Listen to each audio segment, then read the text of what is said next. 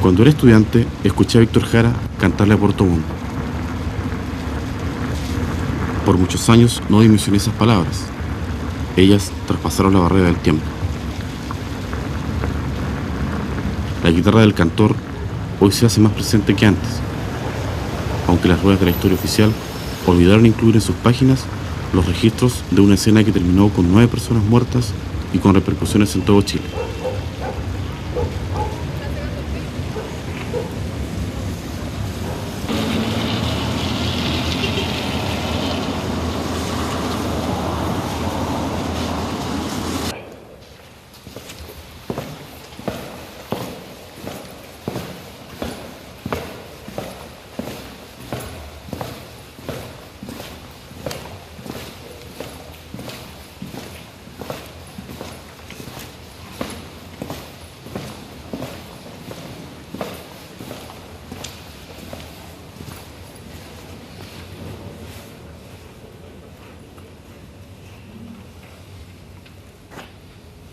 Esta es una colección que se recuperó de la municipalidad, que estaba en la bodega de la municipalidad, cuando la municipalidad en alguna oportunidad se anegó, se inundó, después lo estuvieron secando. Por eso que algunos de esos diarios más antiguos están en peores condiciones. No, si está todo desordenado, si eso es lo que pasa. Es que viene mucho estudiante y se botan todo. ¿Lo buscamos? ¿Y ¿Qué qué pasó? ¿Y no estaba? 68.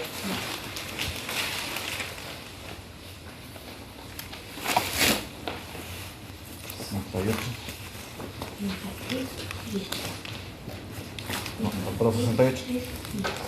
¿En el otro lado no revisé? 66. No. Están 65, 2 son 65. 67. No, digo acá no hay nada. Lo que pasa es que vienen demasiados estudiantes y muchas veces ellos lo sacan y después no lo ponen en su lugar. ¿Cuál fue el video? Entonces, por eso se ha traspapelado. Pero el diario está. Porque además, le voy a decir más, que se robaron. Hace muchos años atrás hicieron un trabajo de investigación sobre los barrios y ellos se llevaron el diario del día 10 de marzo. El suceso de la Pampa y Golfo fue el día 9 y el primer diario están todos cosidos, pero ellos lo sacaron, se lo llevaron. Y te digo por qué, porque nosotros llevamos un registro de la gente que viene y todos se anotan. Entonces sabemos quién fue el último que ocupó el diario.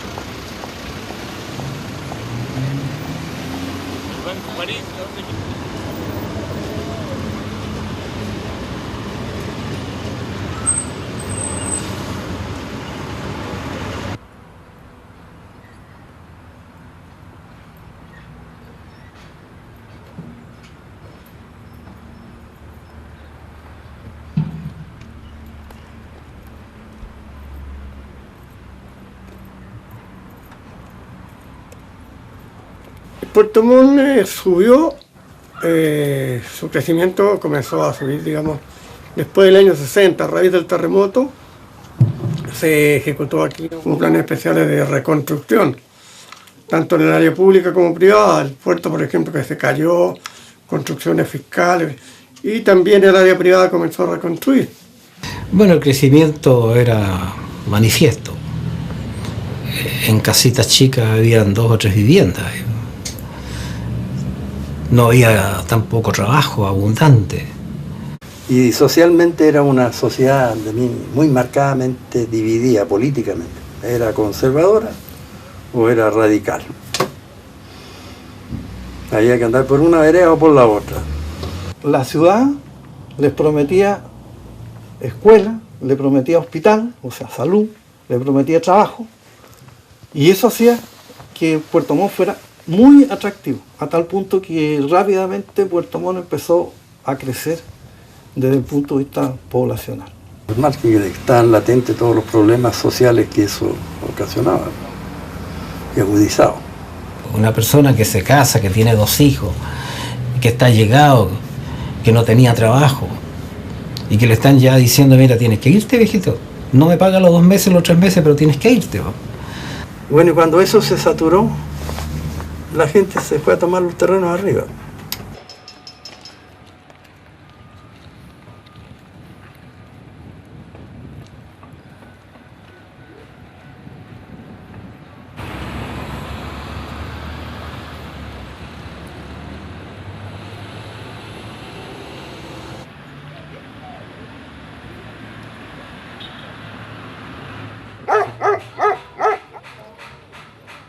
Don Rociel Irigoyen tenía unos terrenos en la parte alta donde ahora hay población, tenía un terreno vacío que eran pampas donde mantenía ganado, porque ahí hubo una feria que la tuvo ya, una feria de ganaderos de aquí de la provincia de Yanquihue.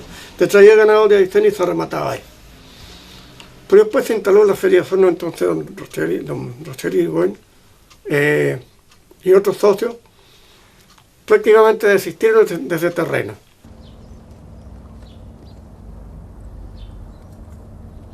Era un terreno totalmente fangoso, barroso, para uno que siguiera para la crianza de animales ni para eso. Lo marqué con un palo en cada esquina y empecé, hice mi ranchita. Era una ranchita, era súper chica, con nylon, cartones. La cosa era cuidar el pedacito de terreno que lo habíamos tomado, porque no se instaló otra gente, porque cuando ya se supo que se estaban entregando el terreno, fue mucha gente que llegó. Don Rociel Irigoyen hizo presente, digamos, que parece que le estaban tomando el campo, pero él no presentó ningún reclamo. Hubo conversaciones de carabineros con el diputado Luis Espinosa y me parece que con Raúl Blanco también, que tenía que ver con la municipalidad, para que no haya, digamos, expulsión de la gente.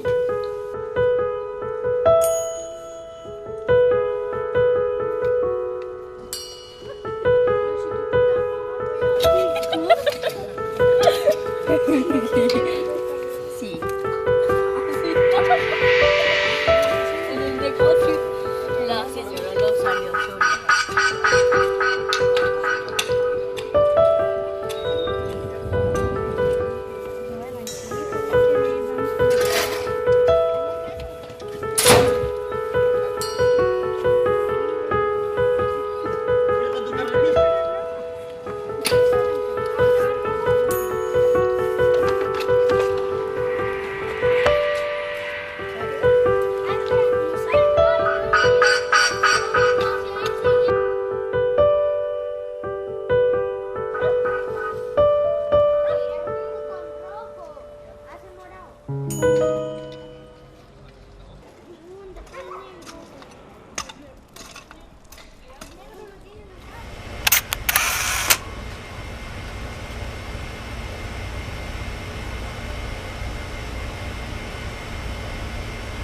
El primer desalojo fue como 20 días antes, pero fue poco personal. Ellos lo echaron para la calle, nosotros ganaron ellos, nos pudimos desalojar.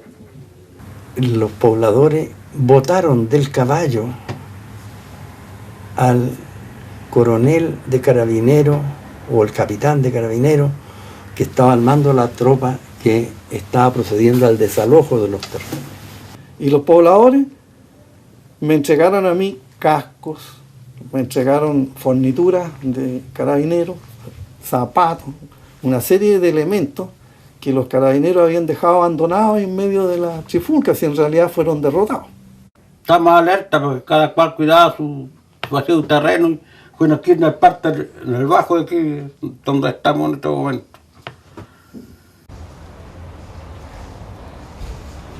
En todos los tomas habían despojos casi. Si no se llegaba a un arreglo, había siempre despojos. Y los despojos eran apaleando a la gente.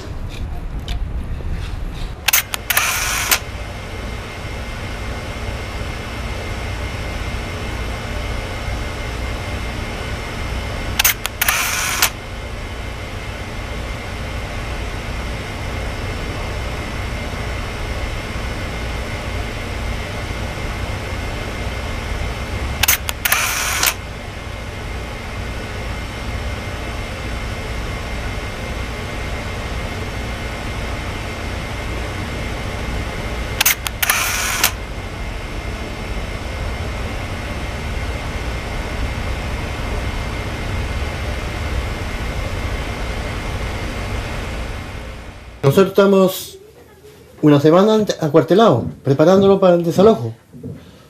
Y salimos a las 5 de la mañana, pero vino personal de fuera, Temuco, Osorno y Valdivia. Nosotros cuidamos la carretera para que no entre más personal, lo de la segunda comisaría. El presidente Ibañez lo cerramos completa y el personal de las otras guarniciones desalojaron a la gente. Habían más o menos sus 1000 policías más o menos. No, llegaron por todos lados, porque resulta que los acordonaron. A nosotros llegaron, nos acordonaron, nos dejaron en el medio. Vaya arriba, me dicen, a los terrenos de Irigón están matando a la gente, por favor vaya usted a parar que nos sigan matando gente. Le dije, no sé qué me está hablando, Leopoldo. Me dijo, vaya, no, le dije, yo no voy a ir para allá, yo voy a ir a la intendencia, me corresponde ir a la intendencia. Dispararon ellos, primeramente. Y ahí se anuló el tiroteo. La gente se vendía como podía, pero no había armamento. Nadie tenía armas, era puro palo nomás y fierro, la gente se defendía. Estaban con lanzas, armas, hachas. Tenían una cuestión de tipo murreras, todos armados, chicos y grandes. Mujeres también allá. Empezaron a quemar ranchas, a golpear y nosotros defendíamos con lo que teníamos, palos, piedras. Cuando por ejemplo alguien le pegaba a un carabinero, por ejemplo, llegaba y a ese lo valía. Había harta agresión contra carabineros. A la abuela no salieron nunca a fuerza. Y toda la gente se preguntaba qué pasó, nadie sabía. Sabía que hay disparos y que había gente herida. Eso es lo que se sabía. Compañías, alerta que hay una emergencia urgente. Y me fui mi cacharrito a mirar arriba qué pasaba. Entonces llegué con mi cacharro, un Fiat 125, y no me dejaron pasar los carabineros porque donde estaba la Pampa Irigoyen era un terreno de 200 por 100 metros más o menos. Y entonces colindante con la carretera, y entonces llegué hasta por acá, y aquí estaban ya los cordones, y aquí estaban en la mitad de esas 200 metros estaban los 300 carabineros que habían llegado, en total habían como 350 carabineros, todos con metralleta en mano. No había por dónde dirigirse para entrar a la Pampa de Irigoyen. Estaban todos los accesos cerrados. Y había en la entrada de la Manuel Rodríguez, que es una diagonal que va para adentro. Esa era la entrada oficial hacia la Pampa. Y ahí había una acumulación de muebles, catre, palo, leña y todo acumulado para evitar que entrara nadie. Y ahí había presencia de carabineros, presencia tal vez de bomberos, había gente que quería entrar, autoridad que querían entrar, porque se había producido adentro un hecho grave con la presencia de carabineros. Señores, nadie va a esa emergencia, porque hay muertos y no queremos que mueran los bomberos. Pero sí, hay incendios, pero sin sirena, porque la sirena tiene la característica de poner nerviosa a la gente. Es el objeto de la sirena. Toca la sirena y tú te despiertas al tiro, porque ya bastan de nervios. Y en lugar dimos varias otras órdenes: doblen la guardia en cada cuartel, citen a sus compañeros si es que pueden, y solo gente de uniforme, no de civil. Yo le estaba pegando a un pascuense y recibí 2 balazos. Recibí uno en la mano primero y después el otro en la guata y con ese caí. Entre los pobladores de la Pampa Irigoyen había muchos trabajadores míos. Yo no tenía idea que andaban metidos en ese lío. Entonces me hicieron señas para que yo me acercara y me dijeron que el Land Rover podía entrar a sacar, ver de qué manera podía ayudar. Y no dejaron entrar las ambulancias. Porque la gente sabía, desde luego sabía la posición política mía. Y me conocían por esta relación diaria que yo tenía con el mundo laboral. Y el vehículo ellos lo identificaban. Entonces me abrieron la cuestión, entré, cerraron la cuestión. Y ahí empezaron las carreras por subirse al Land Rover, por ir a buscar aquí a fulano, merengano. Y nos metimos al centro. Y ahí había heridos de todos los... en la casa acá, en la allá acá, que vaya para allá, que vaya para acá. Y fuimos llenando el Land Rover con 4 o 5 heridos en cada viaje. Hice como 4 viajes. Yo saqué 14 o 15 personas.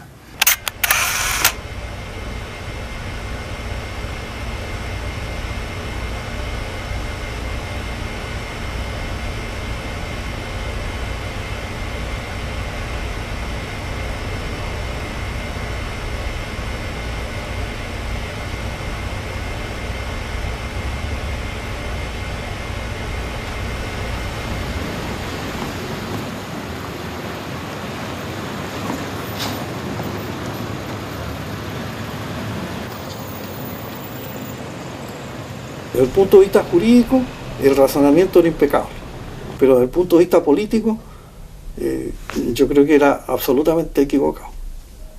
Esa es mi opinión. Llegué a la intendencia, y la ciudad de Carmen, la funcionaria más antigua, me dice, don Héctor, no puede pasar porque el intendente don Jorge Pérez no quiere recibir a nadie, a mí tiene que recibirme.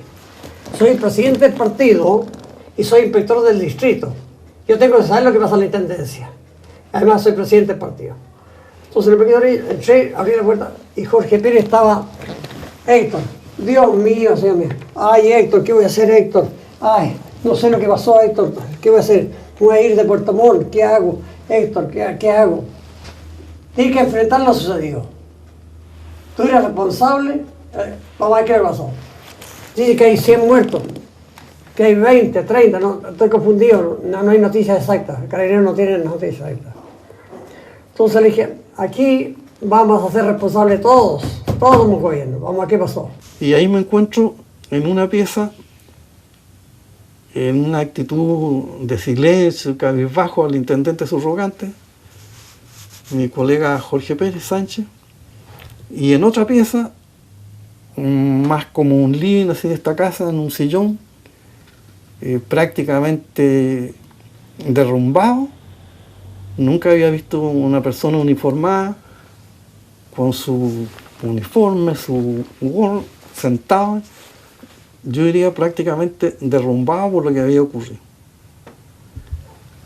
Entonces yo les pregunté ahí a los 2 kilos qué había pasado.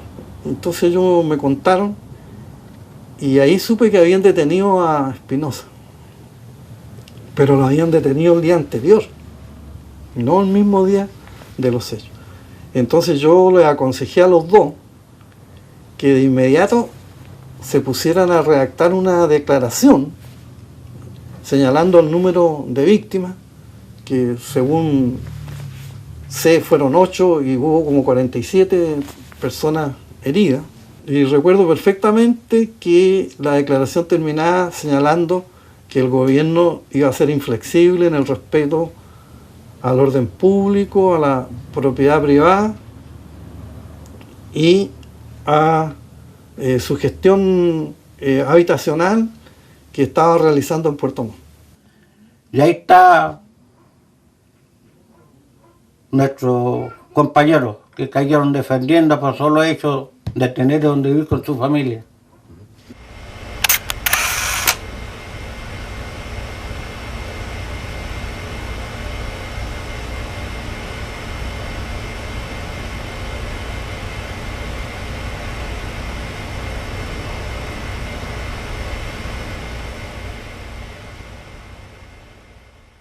Yo era periodista del departamento de prensa de Canal 13 de la Universidad Católica, año 69. Trabajé ahí hasta el año 71.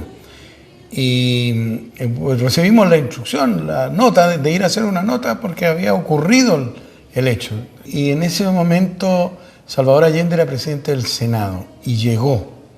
Fuimos, me acuerdo, al aeropuerto a esperarlo y nosotros lo seguimos a él, que fue primero al campamento, que era Pampirigoyen, después fuimos al hospital porque había heridos, muchos heridos, y después fuimos a la morgue. Y me acuerdo que a Allende se puso un delantal blanco, una cosa en la boca, y lo dejaron entrar.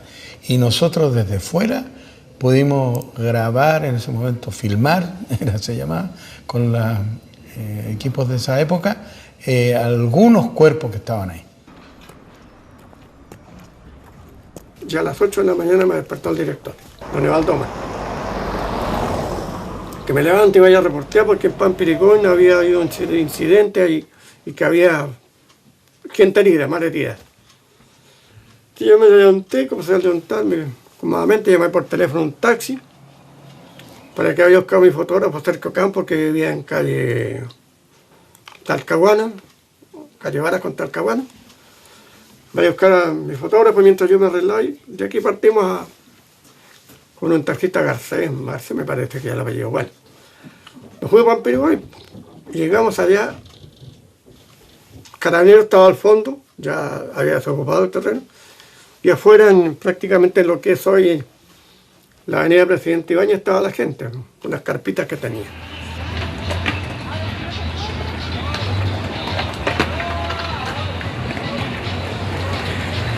Tomé esta foto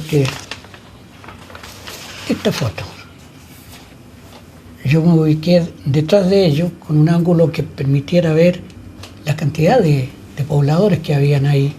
Ellos estaban conmovidos por lo que ahí había ocurrido. Llegó don Rocío Irigoyen porque todo el mundo hablaba de la orden de desalojo. La orden de desalojo que la habría pedido el señor Irigoyen. Y él llegó a hacer esa aclaración y nos dijo al periodista: yo no he pedido desalojo, yo no he pedido desalojo, yo no he pedido desalojo. Están los cadáveres tendidos en los pasillos del hospital, en el suelo. Y fotografié eso. Pero el doctor estaba muy conmovido y me autorizó, pero sin ningún problema, para que hiciera todas las fotos que quisiera. Uno de los trabajos más difíciles que ha sido yo en mi vida reporteril, muy difícil, muy triste y que había que trabajar con mucha entereza. Todavía hoy día uno se recuerda de eso y te impactado.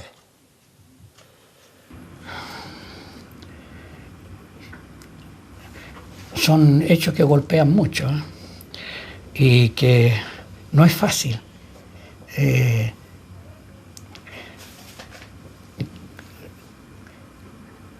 A uno le dicen, no le dicen, uno piensa, o por la experiencia que tiene que pensar por la cámara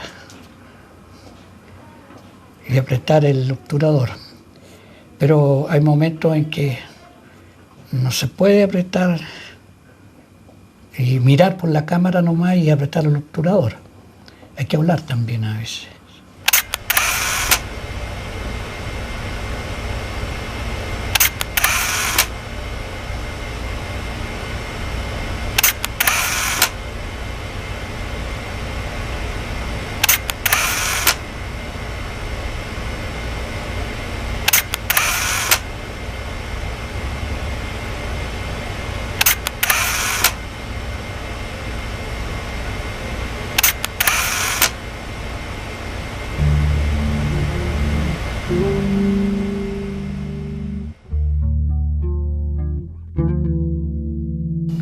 Robinson Hernán Montiel Santana, 3 meses.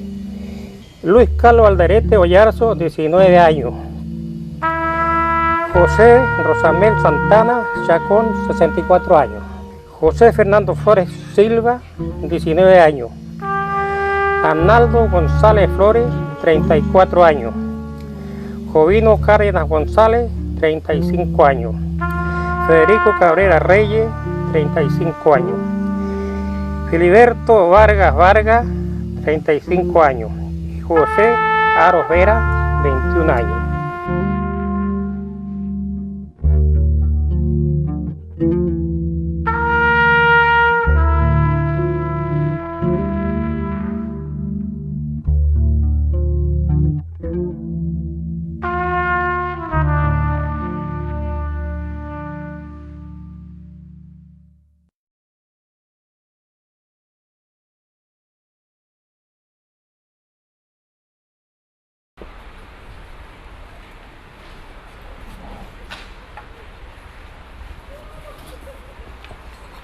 El papá de mi hijo me construyó una mediagua, tenía yo mi casita. Y ahí estaba con mi bebé. Nosotros estábamos durmiendo cuando llegaron aproximadamente de amanecida, los llegaron a atacar carabineros. Empezaron a disparar a mansalva nomás y nosotros no teníamos idea qué cosa era. Nosotros corríamos y corríamos como locos porque no sabíamos, nunca habíamos visto esa balacera que vino de improviso. Y no tratamos de salir, de arrancar, de nada, porque no teníamos ideas que eso era para matar a las personas. Arranqué nomás con mi bebé, pero no. Arranqué en la casa de mi mamá. Hija dijo, ¿qué le pasa al bebé? Dijo que se le empezaron a morar los labios. Y después ya vinieron para llevarlo al hospital, ya no tenía nada que hacer. Al rato mi hijo ya falleció porque con las bombas lacrimógenas se le hicieron pedazos los intestinos, no tuvo más vida. Y si yo hubiera sabido que mi bebé no iba a fallecer, lo hubiera tratado de sacar, pero con todos los quedamos aquí mismo. El día de su funeral él completaba 3 meses. Nació el 11 de diciembre y falleció el 11 de marzo ya fue llevado al cementerio.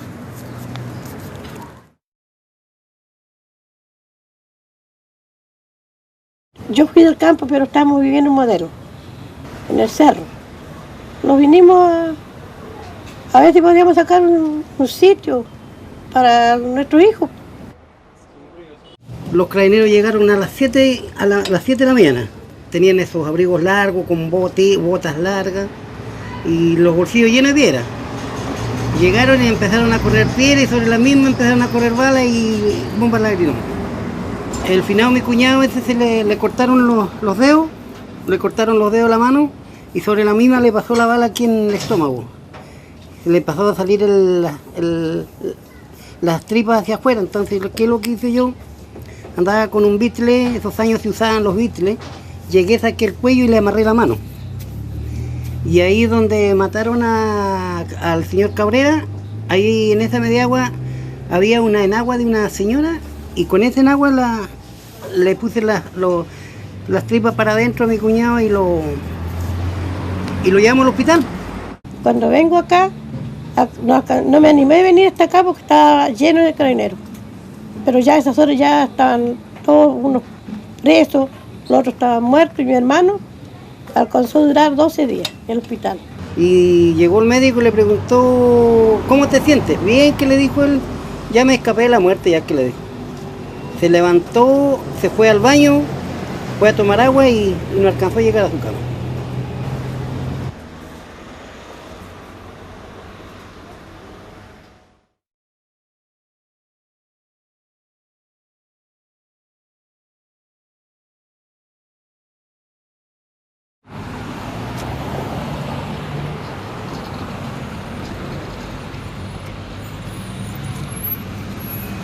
Ahí pusimos unas chapas, levantamos como una especie de casita provisoria y nos fuimos con mi mamá a la casa, al centro, y mi papá quedó con uno de mis hermanos.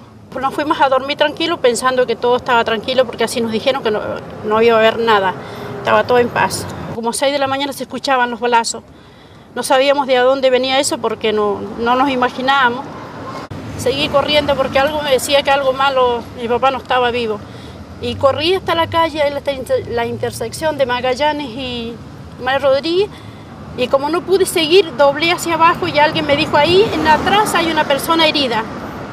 Y yo entré por la parte de atrás, que viene la otra calle que paralela a esta, e ingresé hacia adentro y ahí en una casita de un señor que vendía pescado. Lo tenían a mi papá recostado con almohadas y estaba agonizando. Y yo lo único que atiné en ese momento es que lo quería llevar a mi casa y él me dijo, hija, déjame ahora aquí.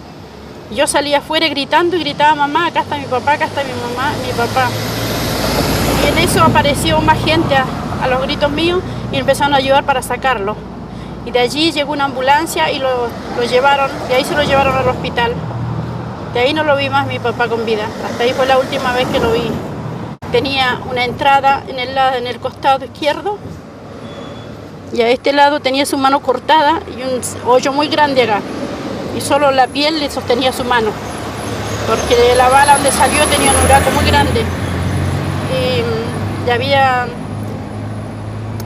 lastimado los riñones, el hígado y el estómago.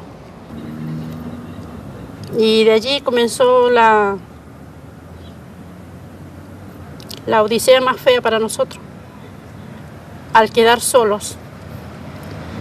Aunque el gobierno nos entregó una casa,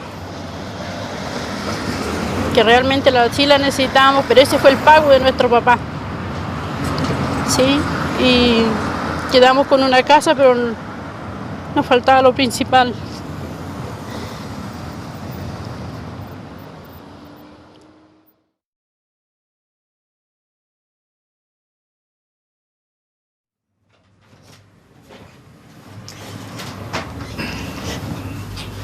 Por eso que yo le hago el quite a estas cosas, porque son recuerdos tan tristes.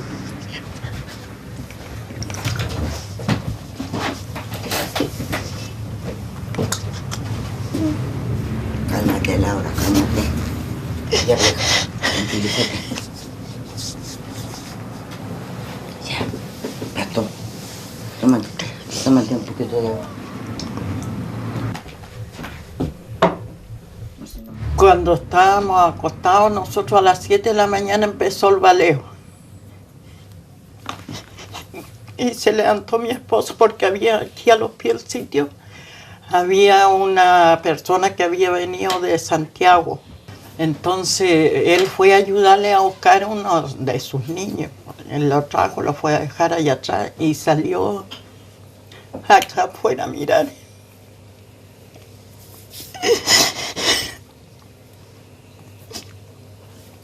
Y le llegó la bala, le atravesó a él se dio vuelta para venirse seguro porque le llegó a la bala por el lado derecho, le salió a la izquierda. Le topó la punta del corazón. Cuando vino una persona a decirme, yo salí, me miró y se fue. Incluso ese día estuvo todo el día botados acá afuera porque no venía un juez, nada, quien dé la orden para que lo levanten. Hasta la tarde lo levantaron y mi esposo se veló en la casa de su hermana, en Bellavista. Y después los funerales y pues se juntaron todos los deudos. Y ahí quedamos solos, luchando para crecer los hijos. Ya yo empecé a trabajar, nunca en mi vida había trabajado porque me casé jovencita, yo tenía 17 años cuando me casé. A los 18 tuve mi hija mayor, así que eran todos chiquititos. Y me costó, como les digo, gracias a mis padres que ellos me ayudaban mientras yo salía a trabajar, ellos se quedaban con su abuelo.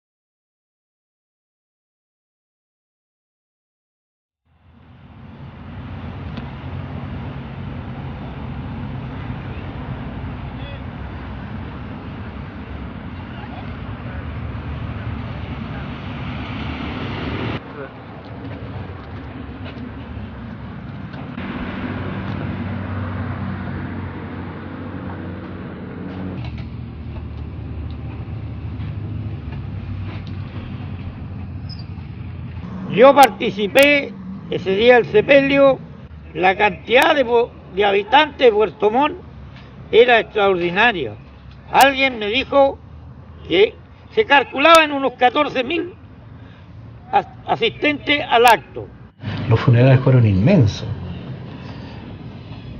y no permitieron que se lleve en carroza, se llevó en la mano. Fue muchísima gente, muchísimo, porque era una cadena que no se cortaba era una multitud muy grande. Que nosotros por lo menos íbamos llegando al cementerio y la columna de gente te había ido bajando por el regimiento por ahí. Era muchísima gente. Como yo encabezaba con un grupo de dirigentes de la Central Única y que hacían señales que pasar por la plaza. Acepté y pasamos por la plaza que estaba prohibido. No hubo ningún desorden. También en el cementerio participó Salvador Allende, que también era senador de la República. Lloraba mucho la gente, lloraba mucho pero a mí personalmente lo único que pedían que registrara, fotografiara, que denunciáramos todas estas cosas. La gente desesperada gritando contra Carabineros por el hecho sangriento que había ocurrido.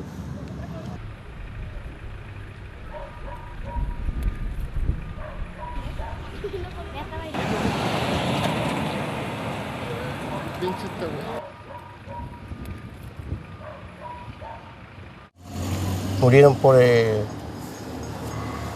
porque no tenían casa y necesitaban su pedazo de sitio para hacer su casa. Entonces, lamentablemente, que se murió la gente.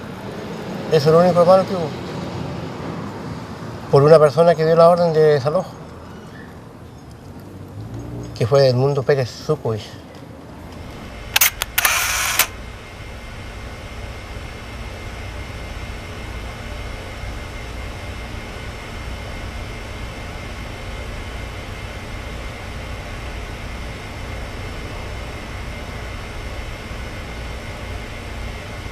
Siempre se cayó eso porque el que hablaba de la Pampa Perigüe era igual que si hablara en contra de alguien que poderoso. No se podía hablar.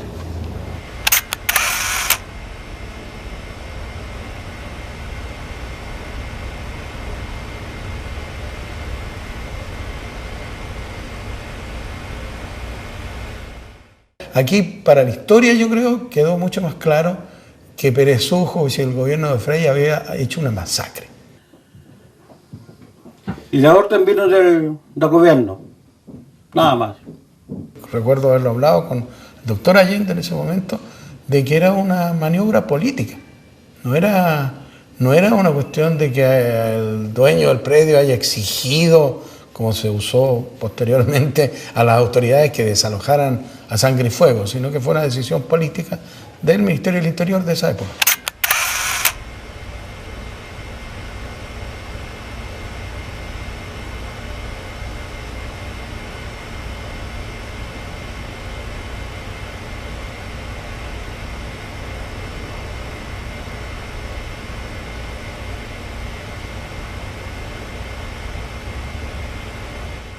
Uno no puede hacer nada porque la orden vino de arriba y aquí los jefes tienen que cumplir la orden, si no, no serviría.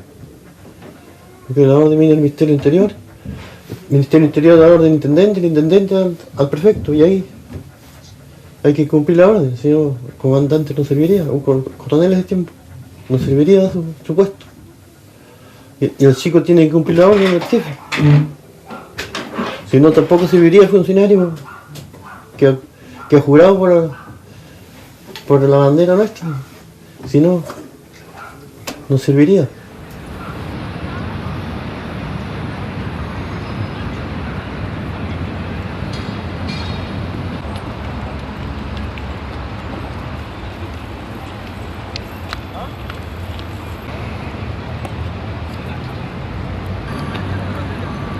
Eduardo Frei se molestó porque los otros presidentes provinciales, lo único que fueron a La Moneda fue a aplaudir. Entonces el de Arica estaba feliz porque ahí había un consejo de Arica, fronterizo, y se había creado ese consejo, entonces tenían dinero y así fueron los halagos. Pero a mí, como me tocó hablar como en el 6º lugar, yo le dije, presidente, yo estoy muy preocupado por lo que pasó en Pampa Irigüe. Nombrarle eso fue terrible. A tal punto que me dejó terminar a mí, y cuando terminé de hablar, él se paró y sin decir nada se retiró de la reunión y se fue.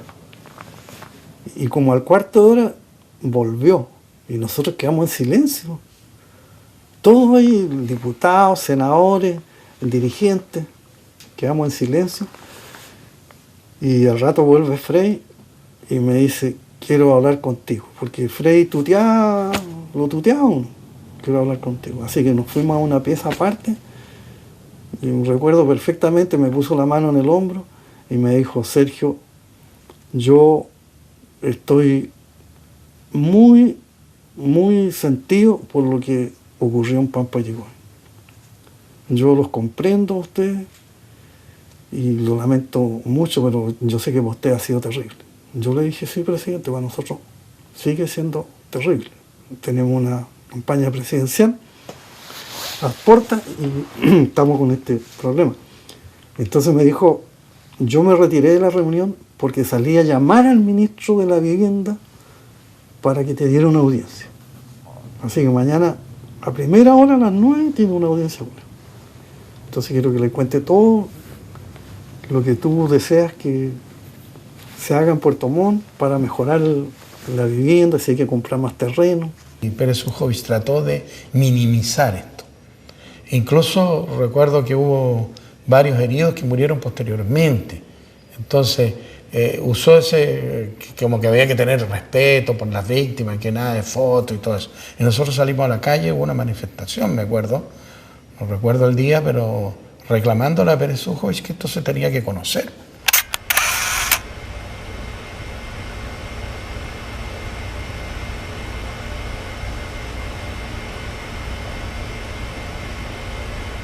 Repercute con hay una gran respuesta nacional, porque si bien es cierto, las masacres anteriores han tenido repercusión incluso con paros nacionales, pero donde la opinión pública es golpeada con más fuerza por los sucesos de allí, por la forma en que ocurren, por las mentiras, por la forma falsa en que se va dando todo ese proceso, y por el asesinato despiadado de la gente.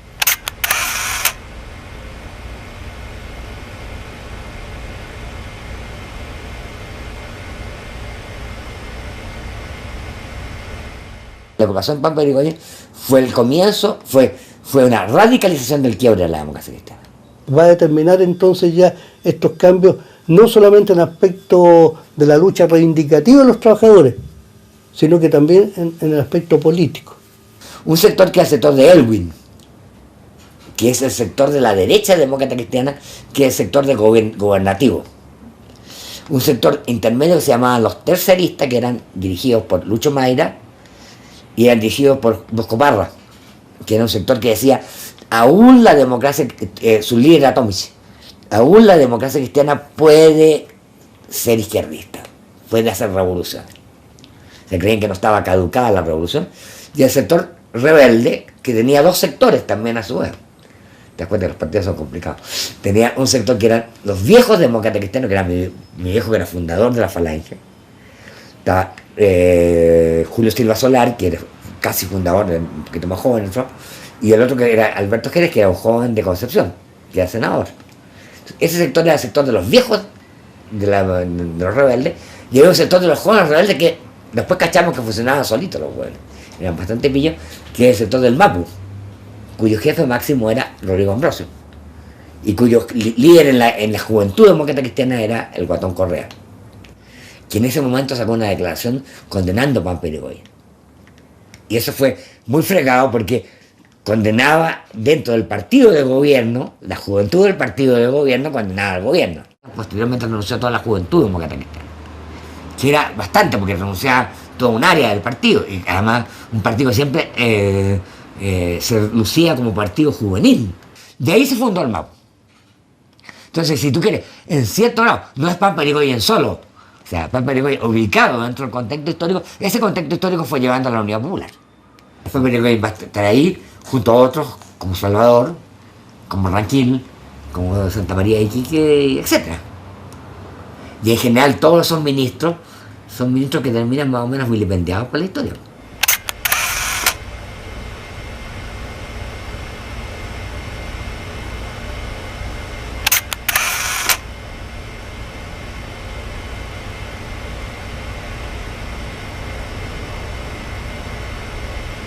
Él fue blanco, yo diría, no solo, yo creo que los disparos que lo asesinaron, no fueron propiamente esas balas, él estaba asesinado de antes, por una campaña infamante de los diarios y periódicos de esa época, que lo daban como asesino, como el que había ordenado matar a la gente.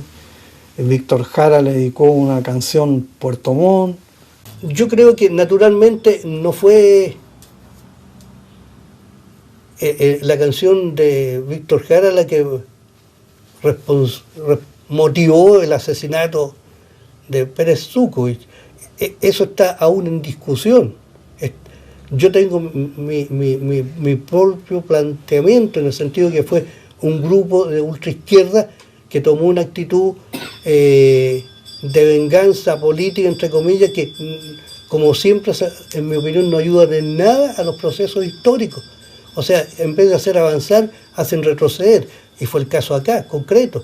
Hacia el año 69, 70, el movimiento de izquierda revolucionario que había realizado algunas acciones armadas, fundamentalmente expropiaciones de bancos o recuperación de algún armamento, cosas de ese tipo, decide, por solicitud del presidente Allende, que estaba siendo candidato todavía en el año 1970, de parar todas las acciones de propaganda armada, expropiaciones de bancos, etc. Porque evidentemente ya en el año 70 se constataba de que se estaba produciendo una gran confluencia de amplios sectores populares tras la candidatura del presidente Allende. En ese momento hay dentro del MIR y en sectores otros grupos adyacentes la idea de que no se debía detener estas acciones armadas y de que había que continuar, porque se suponía de que Salvador Allende no era un revolucionario, era un reformista, y que la lucha revolucionaria exigía en esas condiciones la continuación de acciones armadas. Cosa que el MIR se oponía, porque consideraba que si bien la Unidad Popular se planteaba un proceso de reformas graduales hacia el socialismo, se había ya configurado una situación prerevolucionaria en que era fundamental apoyar el gobierno popular frente a la reacción, frente a los golpistas, frente a esta derecha que boicoteaba. A raíz de esa diferencia de política, Roland Rivera, que fue militante en Santiago dentro del MIR, se retira del MIR y constituye este grupo que se llamó la VOP. La VOP lo que hace es buscar la justificación, explicar esta acción como una respuesta, como una acción de justicia por el asesinato de los pobladores y sus familiares, incluso, digamos, una guagua, digamos, en Puerto Montt. Entonces, pero yo no creo de que ni eso justificaba, digamos, porque si hubo represión, lo que sí era necesario era buscar los responsables de esa represión y llevar a cabo un proceso de enjuiciamiento de los responsables, ya que estábamos bajo un contexto político que era de un gobierno institucional, de gobierno de Salvador Allende, etc. Y el asesinato de Pérez Zukovich, que es consecuencia, digámoslo, directa o indirectamente de Pampa Irigoyen, eso va a significar que Democracia Cristiana ya con cama y taca se va a la oposición, se une con la derecha y empieza entonces a tener una actitud cada vez más enconada contra la unidad popular. Primero, el asesinato de Perezuco es condenable, como todo asesinato, por empezar. Y segunda cuestión, es la estupidez más grande, o sea, fue fatal para Allende. En nada favoreció el avance del movimiento popular y revolucionario en Chile, por el contrario, fue también utilizado como justificación de los grupos de derecha más radicales. Yo creo que Pampir Irigoyen es un hecho que influye hasta el golpe de Estado. Termina avalando el golpe de Estado, termina prestando ministros para el golpe de Estado. O sea, ¿quién puede negar que Elwin estuvo con el golpe de Estado? Sí, sí estuvo con el golpe de Estado. Todos sabemos que los altos dirigentes de la Democracia Cristiana van a ser los generales civiles del golpe de Estado. ¿De quién tú crees que paga todos los procesos históricos? ¿Cuál es el burro carga en la historia? Las clases pobres, po. Y esos quedan ahí nomás. ¿Quién sabe los nombres? Algunos. Tú puedes ir a punto final de esa época, sacar los nombres. Esos nombres quedan absolutamente anónimos. Y queda la condena de Víctor Jara, si tú quieres. Que en el caso de Pampir Irigoyen fue importante, ¿no? Una canción que todavía se canta.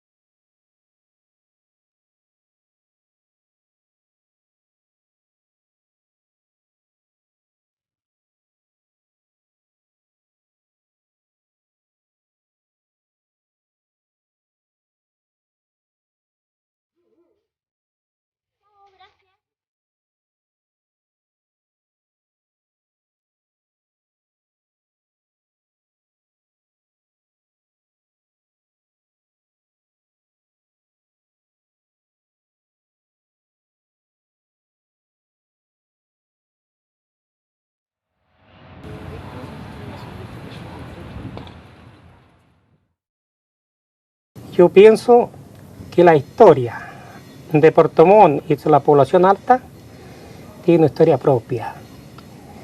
Y hay sangre caída en esta tierra, en esta población.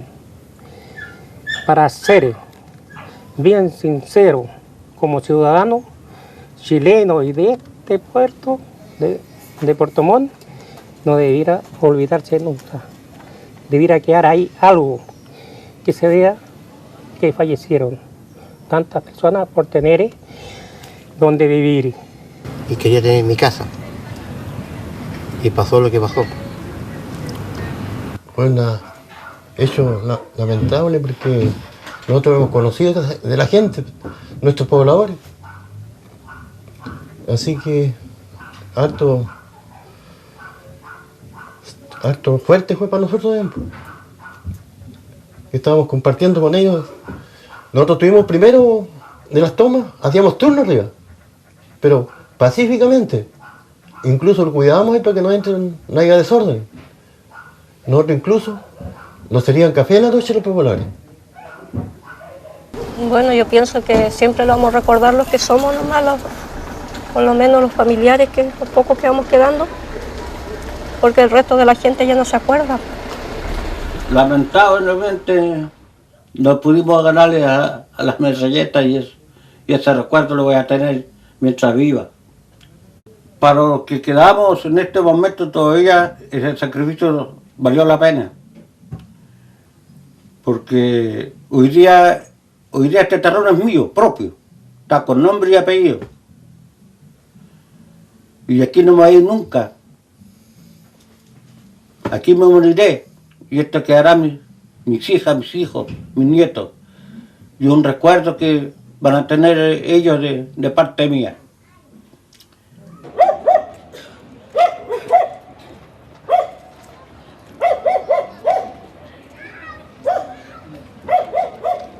Los recuerdos fluyen y vuelan por las mentes de los seres. Hoy, a 4 décadas de los hechos, no hay elementos visibles que recuerden lo sucedido.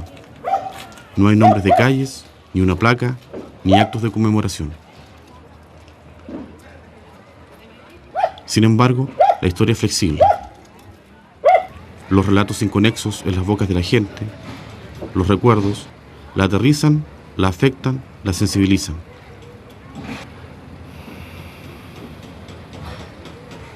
Hoy se conmemoran 40 años de los hechos de marzo de 1969. Me conmueve que estas personas murieran en un crimen tan alejado de la cordura. La vida humana en la misma escala que la defensa de un pedazo de tierra. Y se costó la vida de 10 pobladores de distintas edades. Por aquellos años ya comenzaba la migración campo y ciudad y matrimonios jóvenes reclamaban por tener un techo propio donde la palabra hogar tuviera sentido.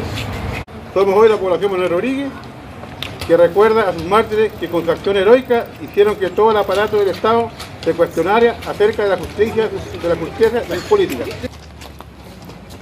Hay familiares de las víctimas, unos pocos sobrevivientes y algunos curiosos.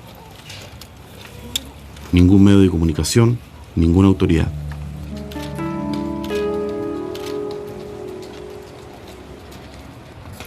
Pero los recuerdos son persistentes. Los niños y jóvenes del barrio construyen su memoria. Fuente del diálogo futuro, reserva de los sueños y esperanzas. Sí.